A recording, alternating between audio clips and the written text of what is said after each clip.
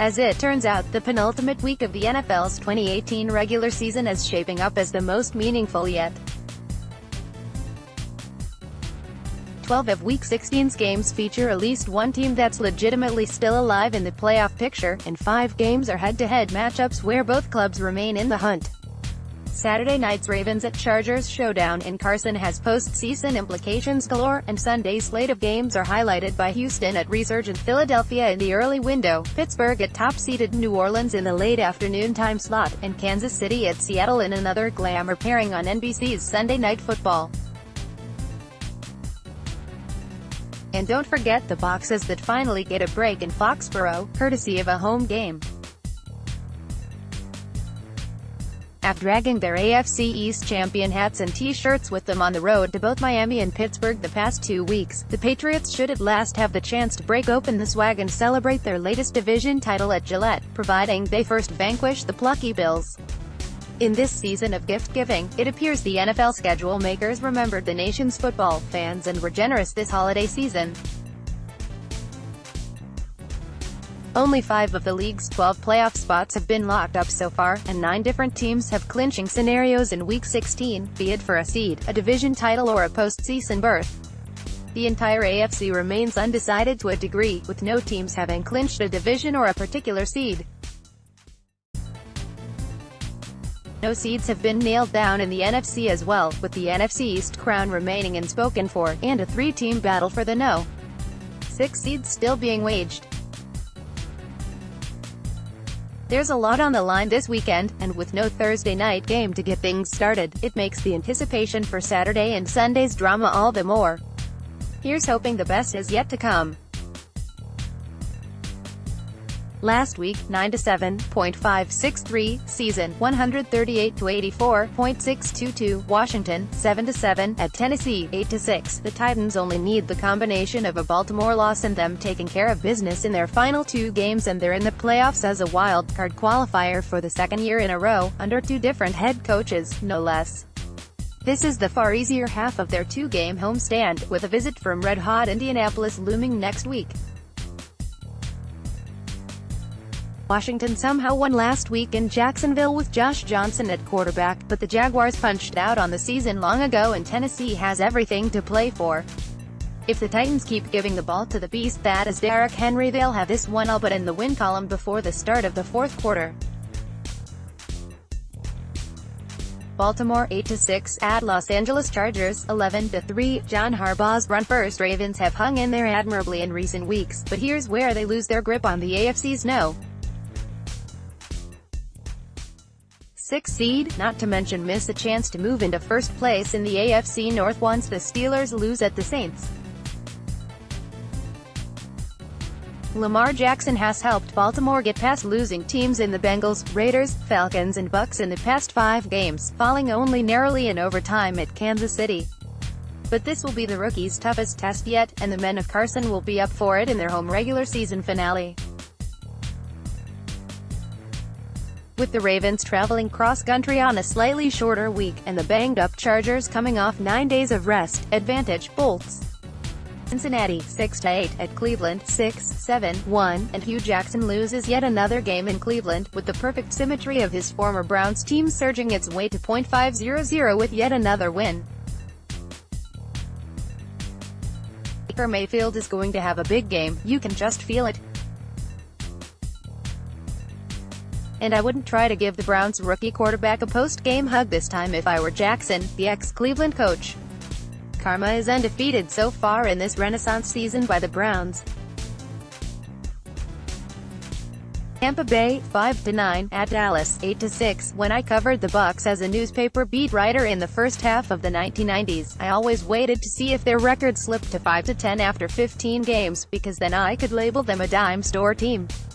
Get it? 5-10, Tampa Bay is on that familiar losing threshold once more, and the Bucs will encounter a Cowboys team that's a little embarrassed about last week's 23-0 egg-laying in Indy and eager to clinch the NFC East title once and for all. Minnesota, 7-6-1, at Detroit, 5-9. The Vikings' running game and offense roared to life against Miami under newly elevated offensive coordinator Kevin Stefanski, so for a week at least head coach Mike Zimmer is a contented man. Minnesota's measly 2-4-1 road record scares me, but this is the game the Vikings need to win to set up next week's win and their in-home game against NFC North champion Chicago, and by golly Kirk Cousins and co. Better get her done. New York Giants, 5-9, at Indianapolis, 8-6. If the Giants couldn't even show up last week at home against the inconsistent Titans, they're not pulling the upset against the red-hot and confident Colts, winners of 7 of their past 8 games. Andrew Luck is having a remarkable season, and with apologies to J.J. Watt, number 12 is my slam dunk NFL comeback player of the year. Jacksonville, 4-10, at Miami, 7-7. Another frustrating football season is about to come to an end for the NFL's 3 Florida teams. The Jaguars made the playoffs last year, and the Dolphins the year before, but nothing really ever changes for long when it comes to the losing in the Sunshine State.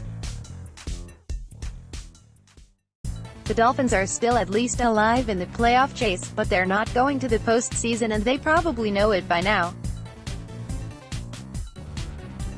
Buffalo, 5-9, at New England, 9-5. As bad as it has been the past 2 weeks for the Patriots, and we don't even recognize them at this point, they're still ridiculously close to earning the AFC's No. 2 seed.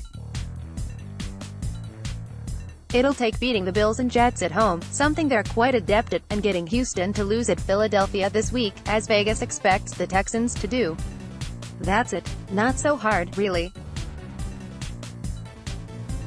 The Bills will battle them for a good bit of the game, but the men of Belichick will clean up their act and prevail, even without the enigmatic Josh Gordon.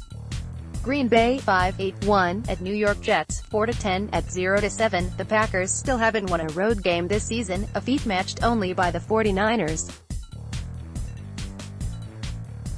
This is Green Bay's final chance to avoid that embarrassing footnote, but the Jets aren't going to roll over, and they gave playoff-bound Houston a battle last Saturday in the Meadowlands. Rookie quarterback Sam Darnold is hoping to end New York's home schedule on a high note, and he'd love to outduel Aaron Rodgers, who is playing despite a reported groin injury.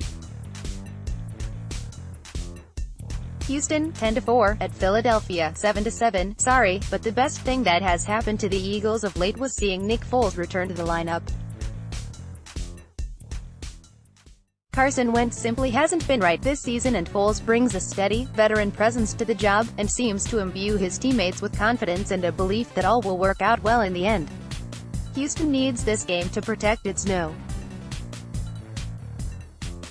2 seed and a first-round bye, but Philadelphia is starting to feel it after upsetting the Rams on the road and will stay alive in the NFC wildcard chase. Atlanta, 5-9, at Carolina, 6-8. The Panthers finally conceded the obvious this week and shut down the ailing Cam Newton, whose shoulder simply can't make all the necessary throws at this point. Both these clubs were double-digit winners and NFC wildcard qualifiers a year ago, but a year can change everything in the NFL. I'll take Matt Ryan and the Falcons to squeak out a win against Panthers quarterback Taylor Heinicke in his first NFL start. Los Angeles Rams, 11-3, at Arizona, 3-11. Either Jared Goff really misses injured receiver Cooper Kupp, or he has simply hit the wall toward the end of his 3rd NFL season. Goff has looked both lost and skittish in losses to the Bears and Eagles, and he desperately needs a strong bounce-back game to get his mojo flowing as the playoffs approach. He'll regroup against a bad Cardinals team that appears ready to end the Steve Wilks coaching era after just one disastrous season. Chicago, 10-4, at San Francisco, 4-10. The Bears still have a shot at the No. 2 seed and a first-round bye if the Rams keep losing, but with Los Angeles finishing at Arizona and home against San Francisco, Chicago is probably locked into the NFC's No. 3 seed no matter what. But bring a first-round playoff visit by the Vikings or Eagles to Soldier Field. Bears fans will likely be rooting to see Minnesota, which Chicago coincidentally plays next week on the road in the regular season finale that might only have meaning for the Vikings. Pittsburgh, 8-5-1, at New Orleans, 11-3 for the 2nd week in a row. The Steelers will take the field already knowing the outcome of Baltimore's game and whether or not this is a must-win in terms of protecting their slim half-game lead in the AFC North. The Saints' offense hasn't been its usual high-octane self of late, but the underrated storyline is how lights-out New Orleans' defense has been recently. I'm predicting the Ravens will lose Saturday to the Chargers, and that will lessen Pittsburgh's sense of urgency just enough to absorb another loss and still maintain its No. 4 seed. Kansas City, 11-3, at Seattle, 8-6. The way the Chiefs melted down late in their home loss to the Chargers would shake my faith if I rooted for Kansas City. It far too closely resembled a playoff atmosphere at Arrowhead, with the Chiefs responding as they historically have in that setting, with a full job. Patrick Mahomes against Russell Wilson should be fun in a battle of improvisational quarterbacking, but my hunch is the Seahawks will show the Chiefs the power of their own insanely loud and intimidating home field advantage. Denver, 6-8, at Oakland, 3-11. The Raiders saying farewell to the Oakland Coliseum on Christmas Eve is one of those subplots you just can't make up. It should provide Oakland with some sort of emotional energy to use against the Broncos, but the Raiders being the Raiders, they could squander it and go out a loser in the past. Its prime stadium they have called home for much of their existence. For the sake of history, I hope not.